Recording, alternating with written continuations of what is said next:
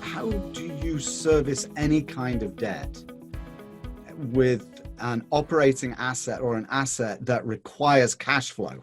That just is right. Like hotels, they've gone from basically near zero cash flow and certainly below operating expenses. So they're loss producing entities at the moment. How do you, first of all, how do you even determine that 50% is a good price on an asset that has zero, that is losing money every week? So I'll give you my spiel on distressed assets. So in 2009, you have the same problem where you didn't know where the floor was.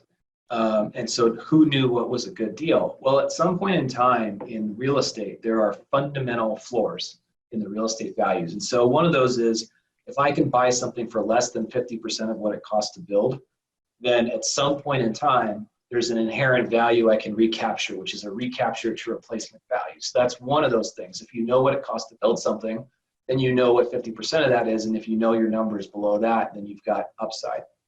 The other is on the income side, which a hotel is harder to predict, but like a rental property.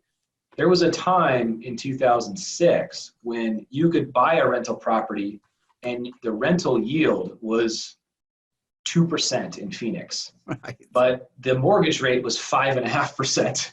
So clearly you were in an overheated market. And then in early 2009, that yield went from 2% down to up to 14%. And the mortgage rate was still 5%.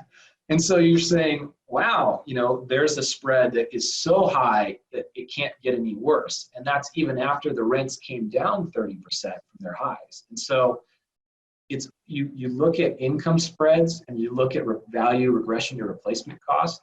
And if you can put those two things together and realize you're getting an outsized yield in a normal market and you're getting a better discount than what it would cost to build it, it's pretty easy to make that decision.